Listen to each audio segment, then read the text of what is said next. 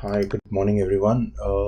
In this course of AI 900 Introduction to AI, I'll give you a brief overview of how the various technologies within this machine learning model works. And we will talk about it.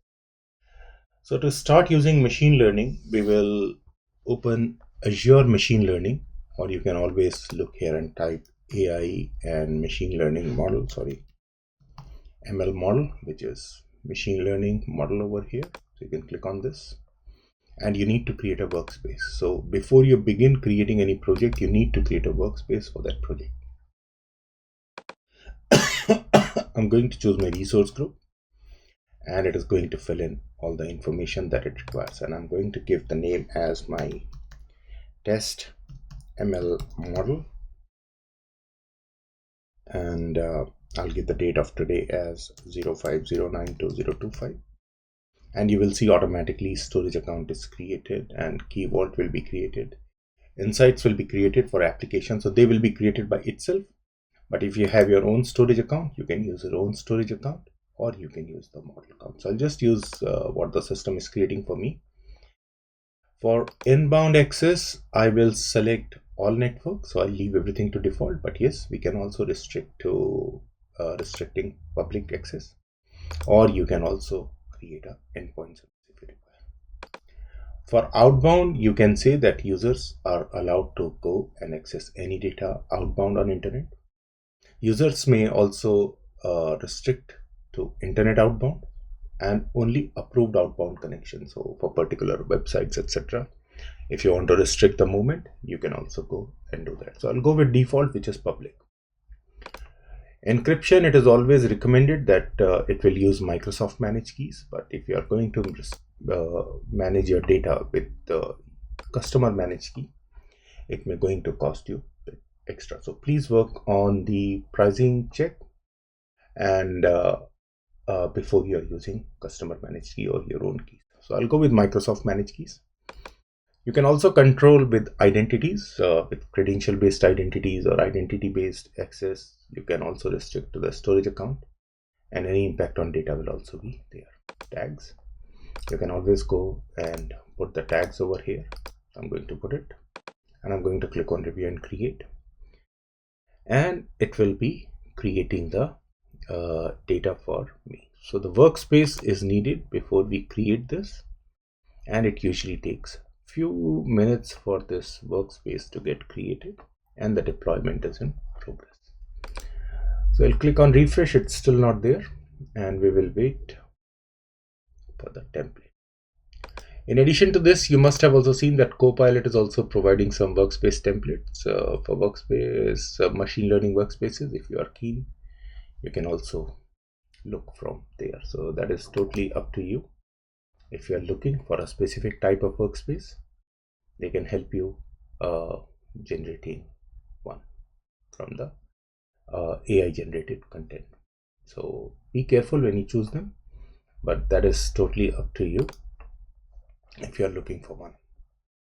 So my workspace is getting created. It usually takes 2 minutes or less while the deployment is happening. So we'll wait and until it comes, and once it is done, we will be able to go on to the workspace. So I will pause the video here and I'll wait for the workspace to be available, and then we will take it from. So we have the workspace created now, and you will see that the workspace is here. And if I click on this, you will see it will come with some very basic menus over here. So it gives some settings related to the workspace, monitoring for insights and all, and automation, and some troubleshooting steps.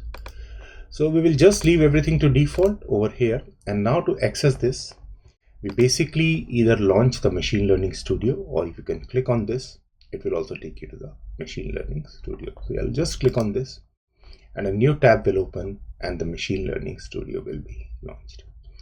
And in this, you will get some options now that what you can do.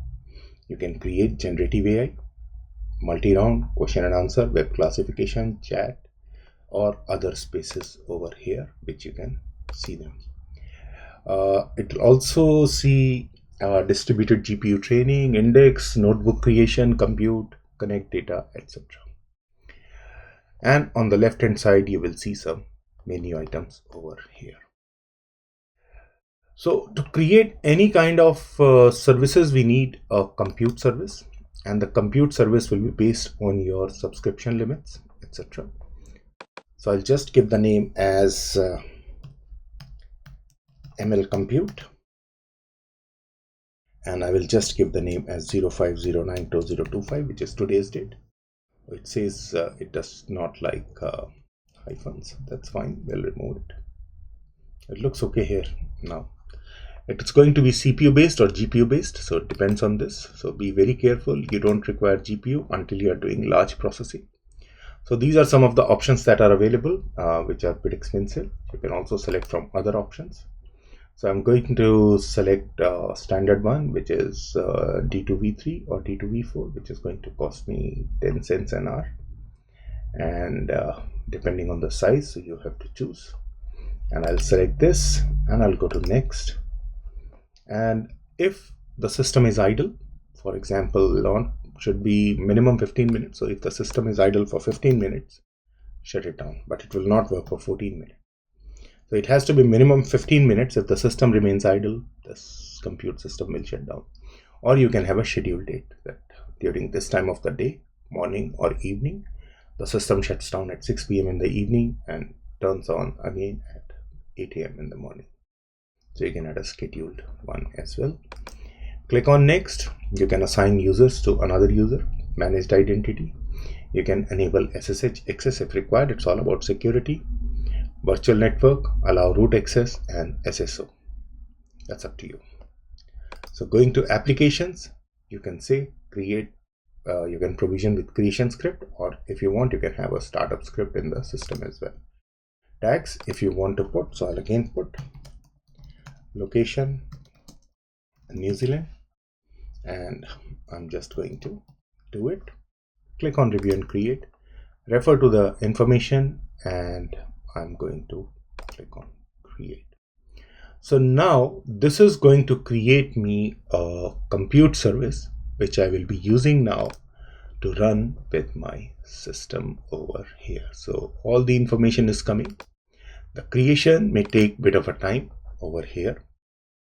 And when we come to our next video, we will be training and creating a training model from this.